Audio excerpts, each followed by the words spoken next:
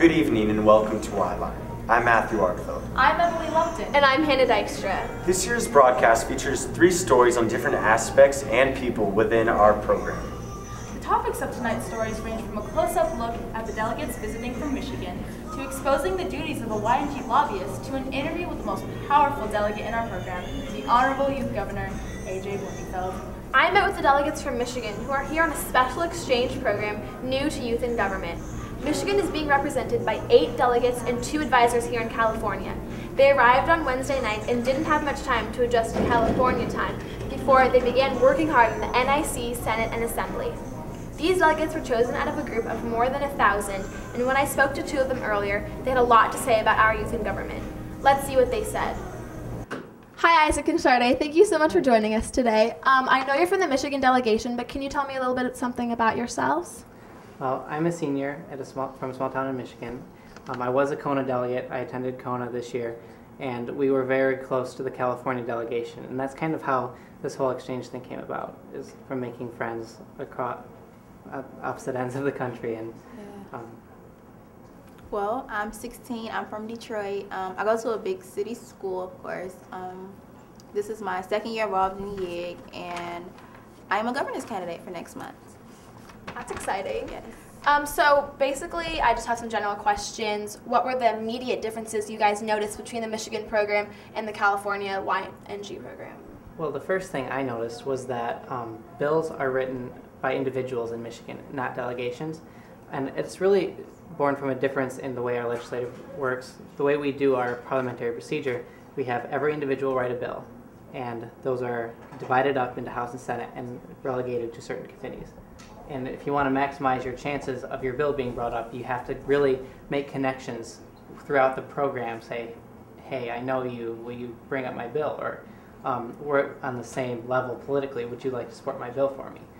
And that's really how the bill process works that I noticed was the main difference. Yes, like the most obvious difference, of course, was the parliamentary procedure. Like you all use Roberts and we use Masons. Of course, the bills, everyone writes bills in Michigan, as he already stated. And the biggest difference was your legislature program is similar to Kona's, a lot similar to Kona than ours. So that's about the biggest difference. But that's really just, of course, the way our state legislatures do things different. We just try to mimic our own.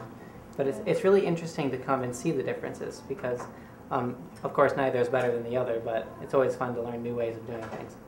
How are the bills proposed in California different than the bills proposed in Michigan? I've actually noticed and was surprised to see that a lot of the bills introduced here are similar. Like we had a euthanasia bill in my Senate, I believe. I'm not positive on that, but I know I saw a euthanasia bill, and that's a big issue in Michigan every year. There's a marijuana bill, and there's always a lot of marijuana bills in Michigan every year. Although I did notice that water is a big issue to California. It's not so much with Michigan because of the Great Lakes on either side, of course. The couple bills we've seen that have been California exclusive, it's been interesting to learn about California issues, which is why I chose to do legislature instead of NIC, because I figure I can do national issues when we go back to Kona, yeah. So I really wanted to learn what was important to California citizens. Well, the environment is a really pressing topic always in California. Is that as pressing in Michigan? Actually, yes. One of our biggest environmental bills has to do with Canadian trash. The Michigan government has a deal with Canada that we take some of their trash. I think it mostly comes from Ontario, but we always have multiple bills in youth and government every year to stop that process because it has a big effect on our not our economy, but our environment, yeah. We talked about the parliamentary procedure. Do you feel that it's stricter here or back in Michigan? I don't think it's really stricter in either place. It's basically. just differences in formality, yeah. For example, we don't do the to what point do you rise, really, but then again, something we have that you don't is that everything in Michigan is through the chair. Everything. We always thank the chair before we start speaking, before you make a motion. Everything that we do is to Did you guys start asking the chair? Yeah, I thank the chair still. At the beginning, I kept doing all my questions through the chair. Like, if you want to say something about a previous speaker, you have to be addressing the chair and say, I want to address a matter of a previous speaker brought up, because it's not technically in order in Michigan's rules to specifically address all the time. And everyone looks like, what are they doing? It took me a while to catch on. I'm like, wait, this is a different parliamentary procedure than mine. Are there any parts of the programs that you notice that are different that you feel should be changed either in California or Michigan because of these differences? I don't really think so.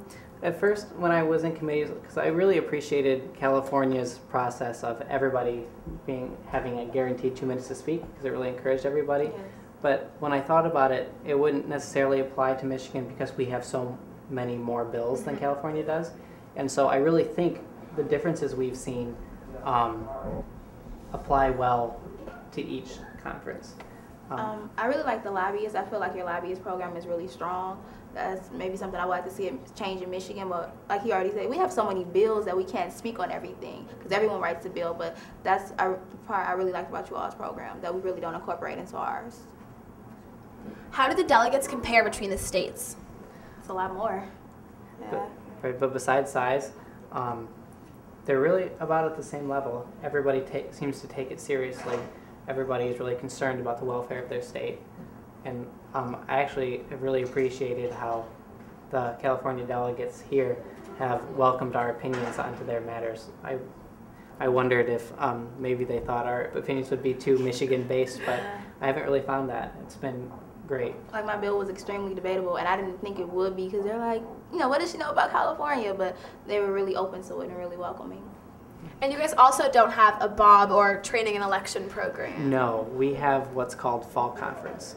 And It's only a couple of hours, nothing compared to right. us. And our state is divided up into districts, and each district has its own fall conference where elections are held. Yeah, exactly. And the districts are split up into the final 2 spring conferences that we have. So it's like, how many districts is it for? I'm not exactly positive, but certain districts go to spring and certain different Like we have 2 districts spring, go like the first one and then the later Right. one.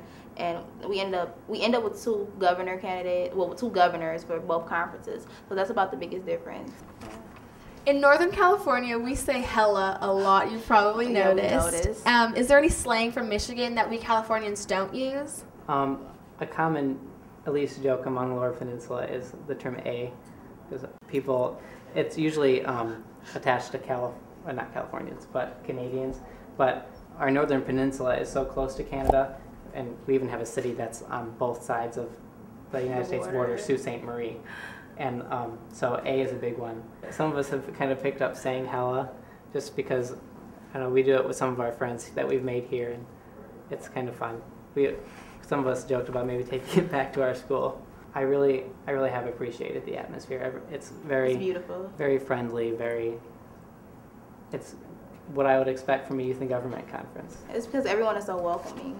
Well, that's terrific. Thank you guys so much for having this conversation with me, and I hope you guys enjoy the rest of your trip. Can you just tell me a little bit about yourselves? Do you want me to go first? All right, well, I am Mackenzie Carpenter. I am a senior at Bronson High School. We're both the youth governors of our respective conferences. I'm Sam Loans. I go to East Grand Rapids High School. It's the west side of Michigan. When you guys first got here, were there like immediate differences that you noticed between the Michigan program and the California YNG program? Well, we both met AJ at the Governor's Conference and again at Kona, and I've kept in touch with him since then. So we'd heard a lot about the program. Obviously, we have a similar number of students, but yours are all here at the same time, which is the most immediate difference, just the enormity of all of it. But all in all, it's remarkable how similar they really are. I'm in the NIC program, so we deal with more like national and international issues. So it's very similar to our NIF program, which is National Issues Forum at our conference. But I think a lot of the same issues have been brought up. Are there any parts of the programs that are different that you feel should be changed either in California or Michigan because of these differences that you noticed? Well, I think we've definitely, that's part of the purpose to come to this conference was to analyze the differences and see how we can better our conference, and also some things that we enjoy that we do better. But I know I'm definitely keeping a list of things I'd like to implement in our conference that you do differently. But yeah, I just noticed actually coming up to this interview, someone hanging out in the elevator with an initiative, and I thought that was pretty cool. We don't have I think that's amazing. An initiative process in Michigan Youth and Government, so hopefully that's something we could incorporate. I've been impressed by the candidates and Governor Blumenfeld. Mm-hmm. Governor Blumenfeld has definitely impressed me this week. I hope that I can inspire people like he has this week.